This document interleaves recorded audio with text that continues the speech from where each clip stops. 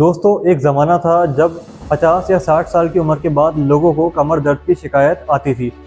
मगर आज की तारीख में 20 साल के व्यक्ति से लेके 60 साल के व्यक्ति को, 80 साल के व्यक्ति को किसी भी समय slip disc, sciatica, lower back pain की समस्या आने लगती है। इसका सबसे बड़ा कारण है हमारा लाइफस्टाइल और हमारा खान-पान। आज की तारीख में हमारा खान-पान इतना अनहेल्दी हो गया है, हमारा लाइफस्टाइल इतना गलत हो गया है, जिसके कारण हमें कई सारी बीमारी जकड़ रही हैं, जिनमें से एक है साइटिका स्लिप डिस्क की समस्या।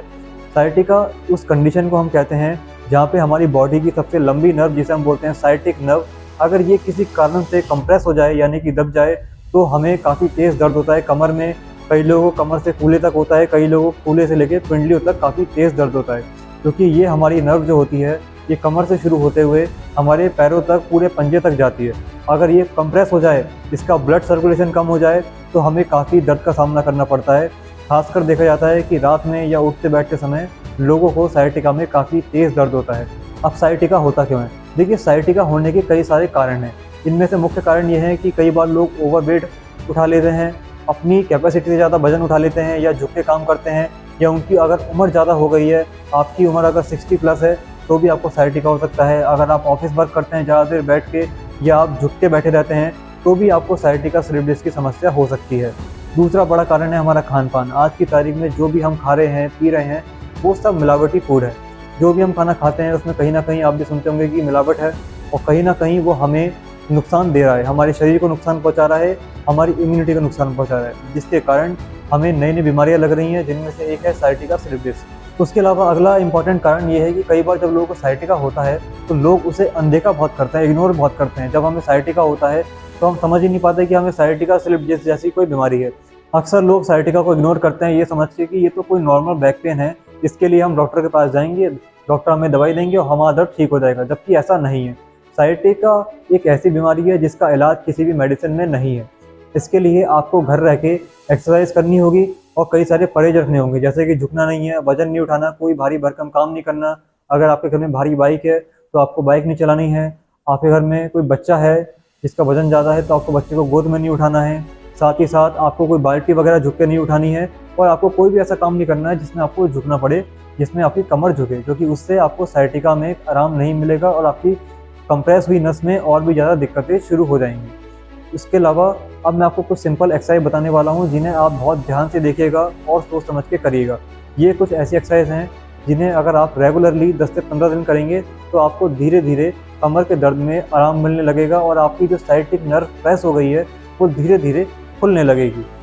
अब हम हमारी एक्सरसाइज शुरू करने जा रहे हैं। आप एक्सरसाइज को पूरा देखिएगा, और आपको हमेशा इस बात का ध्यान रखना है, जब भी आप एक्सरसाइज करेंगे आपको एक्सरसाइज करने से पहले कमर की 5 से 10 मिनट सिकाई ज़रूर करनी है।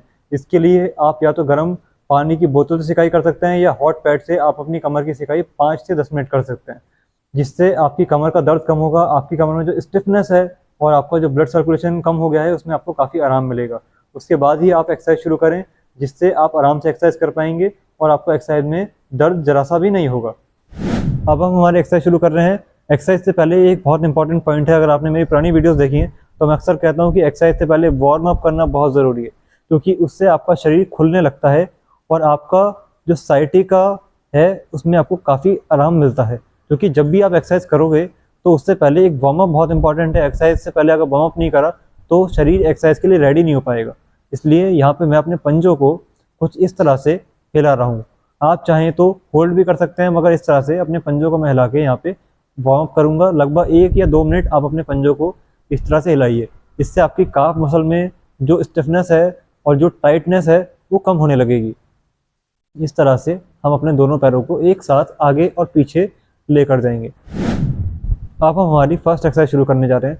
फर्स्ट एक्सरसाइज के लिए यहाँ पे मैंने अपने दोनों घुटनों को मोड़ लिया है, मेरे दोनों हाथ बिल्कुल बेड से चिपके हुए हैं। उसके बाद मैं अपनी कमर को कुछ इस प्रकार से ऊपर उठाऊंगा। आपको इस बात का ध्यान रखना है कि आपको कमर को पूरा उठाना है, जितना आप उठा सकते हैं, अति से ज़्यादा जोर नहीं लगाना।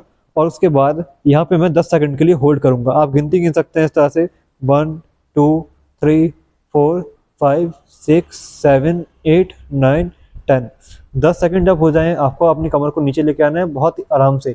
झटके से अगर आप नीचे लाते हैं कमर को तो आपकी जो डिस्क बल्जिंग की समस्या है वो और भी बढ़ सकती है। इसलिए आपको कमर को आराम से नीचे लेके आना है और आराम से ऊपर लेके आना है। इस तरह से हम अपनी कमर को ऊपर लाएंगे, 10 सेकंड के लिए होल्ड करेंगे, 1 2 3 4 5 6 7 8 9 10 एंड देन आराम से अपनी कमर को अपने बिस्तर पे ले आएंगे। आपको ध्यान इस बात का रखना है कि ये एक्सरसाइज सबके लिए सूटेबल है। आपकी एज चाहे कितनी भी हो, आप इस एक्सरसाइज को आराम से कर सकते हैं। अगर आपको कोई इंजरी नहीं है कमर में तो आप इस एक्सरसाइज को आराम से कर सकते हैं। कमर उठा के आपको होल्ड जरूर करना है, अगर आप होल्ड नहीं करेंगे तो इस एक्सरसाइज का असर आपको नहीं दिखेगा। इसके लिए हम 10 सेकंड के लिए अपनी कमर को हवा में उठा के रखेंगे, दोनों हाथ को बिस्तर से लगा के रखेंगे, जिससे एक हमें सहारा मिलेगा और हमारी कमर आराम से उठा पाएंगे।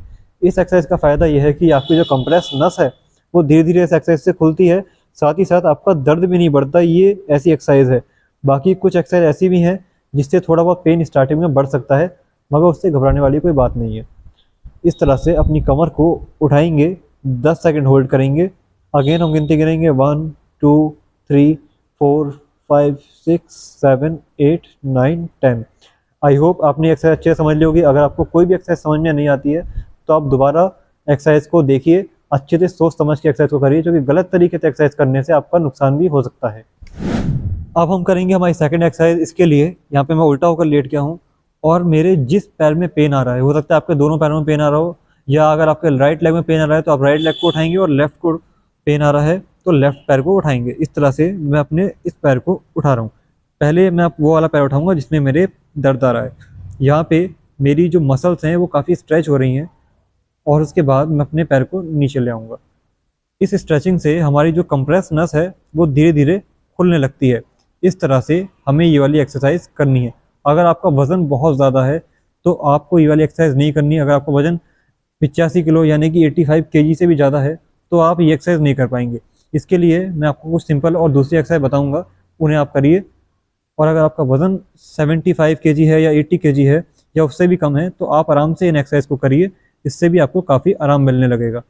इस तरह से यहाँ पे अपना पैर मैं उठाऊंगा, आराम से मैंने अपना पैर उठाया है, 1 या 2 सेकंड के लिए मैंने होल्ड किया, उसके बाद अपने पैर को मैं वापस ले आऊँगा।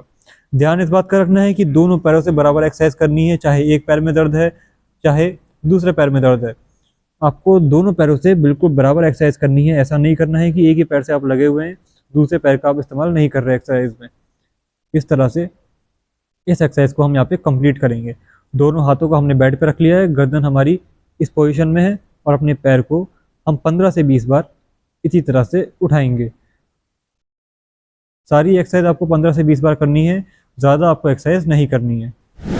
अब मैं आपको बताने जा रहा हूँ हमारी लास्ट एक्सरसाइज, सबसे इंपॉर्टेंट एक्सरसाइज है और इस एक्सरसाइज को आप बहुत ध्यान से देखिएगा, क्योंकि गलत तरीके से अगर आपने एक्सरसाइज करी तो आपको काफ़ी नुकसान भी हो सकता है और आपका दर्द बढ़ भी सकता है। इस एक्सरसाइज के लिए दोनों घुटनों को यहाँ पे मैं इस तरह से मोड़ लूँगा। उसके बाद अपने घुटनों को, अपने पंजों को मैं काफ़ी पास ले आया हूँ और मैंने बिल्कुल चिपका लिया एक दूसरे से। मेरे दोनों हाथ बिल्कुल सीधे हैं। अब मैं अपनी दोनों घुटनों को और दोनों पैरों को एक साइड में लेकर जाऊँगा। आपको ध्यान रखना है कमर कम से कम मोड़नी है और पैरों को पूरा लेफ्ट साइड में यहाँ पे मैं लेके जाऊँगा। आपको भी सेम इस तरह से करनी है, कमर को नहीं मोड़ना है पूरा। ऐसा नहीं है कि पूरा आप ही घूम जाए, इस तरह से नहीं घूमना है। आपको खाली पैरों को कोशिश करके साइड में लेकर आना है, जितना आप ला पाएँ उतना आप लेकर आइए। दोनों पैरों से आपको ये सेम एक्सरसाइज करनी है। इस तरह से अपने पैरों को हम राइट और लेफ्ट लेके जाएंगे। ये एक्सरसाइज भी आप 15 से 20 बार कर सकते हैं। इस तरह से हमें अपने दोनों पैरों को राइट और लेफ्ट लेकर आना है। इससे जो है हमारी स्पाइन में एक कर्व आता है। कर्व आने के कारण जो हमारी डिस्क बल्जिंग की समस्या है, जिसके कारण हमारी नस दब गई है, जिससे हमारे पूरे पैर में पेन आ रहा है, कमर में पेन हो रहा है, कूल्हे में पेन हो रहा है, उसमें आपको राहत देखने को मिलेगी। इस तरह से हमें दोनों पैरों का इस्तेमाल करना है और हमें होल्ड बिल्कुल नहीं करना है। इस बात का आपको ध्यान रखना है। ऐसा नहीं है कि एक तरफ पैर लाए और रोक के खड़े हो गए। दोनों तरफ आपको बराबर बराबर जाना है और अपनी कमर को स्ट्रेच करना होगा। आपकी जो नस कंप्रेस हो गई है उसमें एक काफ़ी तेज़ खिंचाव होता है इस एक्सरसाइज से, जिसके कारण आपकी दबी हुई नस धीरे धीरे खुलने लगती है। ये कुछ ऐसी एक्सरसाइज है जिन्हें आप आराम से घर पे कर सकते हैं।